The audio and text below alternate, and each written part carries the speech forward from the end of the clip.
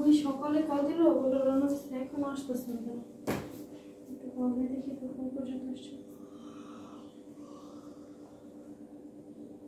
Hello আব্বু, কোন পর্যন্ত আসছো তুমি? সেই সকালে রান্না দিচ্ছে, এতক্ষণ লাগে তোমার আসতে? আচ্ছা, জ্যামে আছো না? 15-20 মিনিট লাগবে। আচ্ছা আসো তুমি। আচ্ছা একটু পর তোমার আমি আবার কল দেবো, ঠিক আছে? আচ্ছা। আপু তো এসে বলতেছে কিন্তু বাসার মধ্যে রুমই দুইটা, আব্বুটা থাকতে দেবো তো? আমার শাশুড়ির বেড করে দিই ঘর থেকে, এই বুড়ি ঘরের তেমনি যাবে না। কি করছেন রুমটা রে? হ্যাঁ, আজকে থেকে আপনি এখানে শুবেন। এইখানে বসেন কেন? নিচে বসেন। ধরেন এইখানে শুবেন।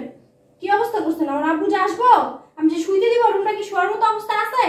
হ্যাঁ বৌমা, আমি এই জায়গায় শুবো। তো কোন জায়গায় শুবেন? আমার মাথায়? হ্যাঁ, এই জায়গায় শুবেন। সোফায় ভুলে উঠবেন না, বলে দিলাম। যত সব কি অবস্থা! দূরে কোথাও গিয়ে মরতে পারেন না?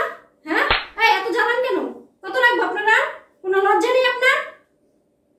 আমার আব্বু আসবো, কি বলি শুনেন, আমার আব্বু আসবো, রুমের আশেপাশে আপনি যাবেন না, কয়ে দিলাম। যত সব, এইখানেই ঘুমাইবেন, এইখানেই থাকেন। এদিকে শোন, এই জায়গায় আমার ঠান্ডা লাগবে।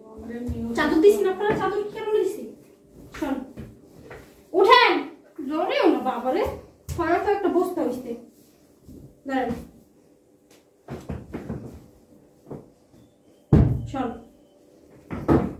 শোন, এই জায়গায়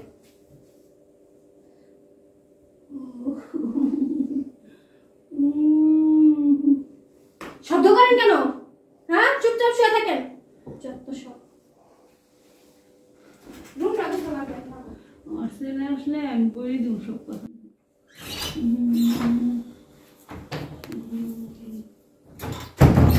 কই রে রোমা? কে রে? কে?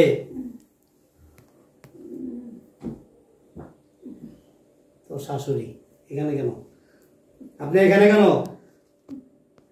বৌমা মানে এই জায়গায় শুয়ে রেখে গেছে। বুঝতেছি না। বৌমা মানে এই জায়গায় শুয়ে রেখে গেছে। আপনার বৌমা আপনাকে এই জায়গায় শুয়ে রেখে গেছে কেন? উঠেন উঠেন উঠেন উঠেন উঠেন, সাবধান। উঠেন উঠেন উঠেন উঠেন, ধরছি আমি, উঠেন। বসেন, এখানে বসেন। না, এই জায়গায় বসতে আপনাকে আমি বসতে বলছি, আপনি বসেন। বসেন, আমি আছি তো এখানে, বসেন। কি হয়েছে বলেন তো? কি সমস্যা কি? আমার বললো কি যে ওই রুমে নাকি আপনি আসবেন, বললো আমার বাবা আসবে, আমার এই জায়গায় শুইতে দিছে। এখানে শুইতে দিছে? আমার শরীরে অনেক জ্বর, আমি নাকি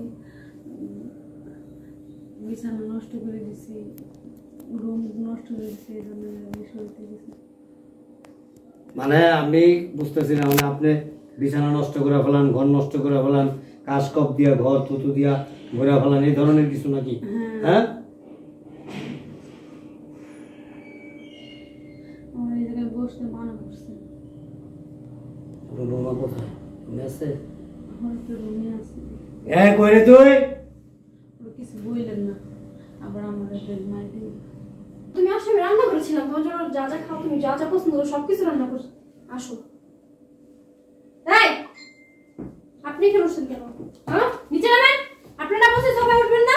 কত বড় সাহস আপনার! ফালতু মহিলা একটা। পালাইলি কেন? রেখে গেছে। তুই অসভ্য জানতাম, কিন্তু এতটা অসভ্য এটা আমি জানতাম না। কি বলো তুমি? জানো কি করে? বেয়াদব কোথাকার, অসভ্য। হ্যাঁ, উঠেন আপনি, উঠেন। তুই তো শাশুড়িরে যদি মানে এখানে, তুই তো শাশুড়ির সাথে এরকম আচরণ করতে পারোস, আমার তো মানে চিন্তা করতে অবাক লাগতেছে। হ্যাঁ, তুই তোর বাবার সাথে করতে পারবি? উনি বয়স হয়েছে, উনি ওনার ছেলেকে বিয়ে করাইছে, ওনার ছেলেকে অনেক শখ করে বিয়ে করাইছে, যে একটা ছেলের বউ ঘরে আসলে ঘরের মধ্যে আল্লাহর রহমত আসবে, বরকত আসবে, একটা লক্ষ্মী আসবে, মেয়ের মতো থাকবে। ওনার মেয়ে নাই, উনি এই জন্য ছেলেকে তাড়াতাড়ি বিয়ে করাইছে, আর তোর দিয়ে কত আশা করছে। আর তুই কি করস? সকাল বিকাল ওনার উপর অমানসিক নির্যাতন করস। উনি কাশে, ওনার কপ ফেলায়, থুতু ফেলায়, ঘর নোংরা করে ফেলায়, ঘর ময়লা করে ফেলায়। আজকে তোর বাবা মা যদি এগুলি করে, তোর বাবা মায়ের কি পারবি এরকম আচরণ করতে? তোর বাবা মায়ের পারবি নিচে ফ্লোরে শুইতে দিতে? উনি অসুস্থ, ওনার গায়ে প্রচন্ড জ্বর, উনি জ্বরে কাঁপতেছে। এত নিষ্ঠুর কেন তুই? হ্যাঁ, শাশুড়িকে নিজের মা ভাবা যায় না? নিজের মায়ের মতো মনে করা যায় না? কি করবো, তুমিও তো প্রথমবার আমার বাসায় আসছো, তোমার কিভাবে নিচে শুতে দিব বলো? আমার তো জায়গা অভাব নাই, আমার বাসায় কি থাকার জায়গা অভাব? আমি আসছি যে অনেকদিন ধরে আমি তোর বাড়িতে আসি না, বা তুই আমার বাসায় যাস না, এই জন্য আসছি। আমি একটা থাকলে থাকলাম, না থাকলে না থাকলাম, চলে গেলাম। আমার তোর এখানে আসতে আধা ঘন্টা সময় লাগে, এমন তো না যে 2, 4, 5, 10 দিন লাগে। প্লেনে আসতে হয়, লঞ্চে আসতে হয়, ট্রেনে আসতে হয়, একটা রিক্সা নিলেও চলে, না নিলেও চলে, হাইটাও আসা যায়, এতটুকু ডিস্টেন্স। আমি আসা থাকি বা না থাকি, তার জন্য কি তুই তোর শাশুড়ি এরকম কষ্ট দিবি? উনি তো অসুস্থ, ওনার শরীর মানে খুবই খারাপ, ওনার শারীরিক অবস্থা ভালো না। তোর তো উচিত ওনার সেবা যত্ন করা, ওনাকে ভালোভাবে টেক কেয়ার করা। শোন, তুইও কিন্তু একদিন শাশুড়ি হবি। আজকে বউ আছিস, কালকে মা হবি, পরশু শাশুড়ি হবি। ছেলে হোক মেয়ে হোক, বিয়ে শাদী করাবি না? তার ছেলের বউ যদি এসে তোর সাথে এরকম আচরণ করে, তোর কেমন লাগবে? শাশুড়িকে কখনো শাশুড়ি ভাবতে নাই। এসব চিন্তা ভাবনা মন থেকে ধুয়া মুছা ফালাইয়া দে। মনে করবি এটা তোর মা। সেইভাবে চিন্তা ভাবনা কইরা সেবা যত্ন করবি, সংসারে সুখ শান্তি আসবে। ওনার সাথে সম্মানের সাথে কথা বলবি, শ্রদ্ধা ভক্তি করবি। মা আপনার কি লাগবে, মা আপনি কি খাবেন, মা আপনার কি ভালো লাগে, মা আপনি গোসল করতে যান, মা আপনি নামাজ পড়বেন, ওযু করতে যান, আমি পানির ব্যবস্থা করে দিতেছি। ভালো জিনিস রান্না বান্না করে শাশুড়িকে খাওয়াবি। মা আপনার কি খেতে মন চায় আমাকে বলেন।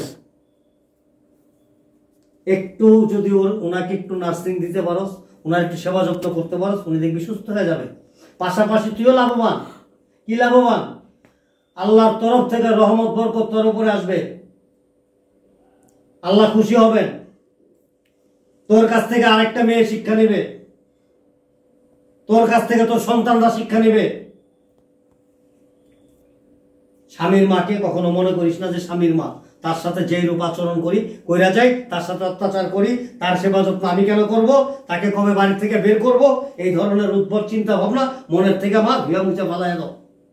সংসারে সুখ শান্তি আসবে, সুখী হইবা। এটা আমি বইলা গেলাম, এটা মনে রাখবা সব সময়।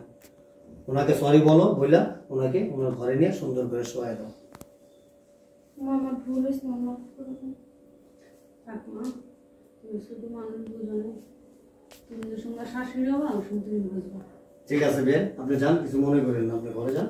হ্যাঁ, আপনি তুমি ফ্রেশ হন, যাও, ওনার নিয়ে যাও।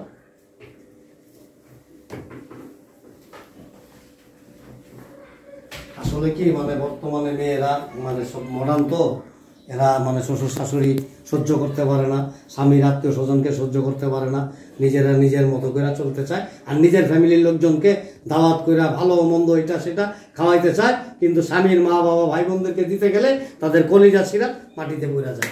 এই হলো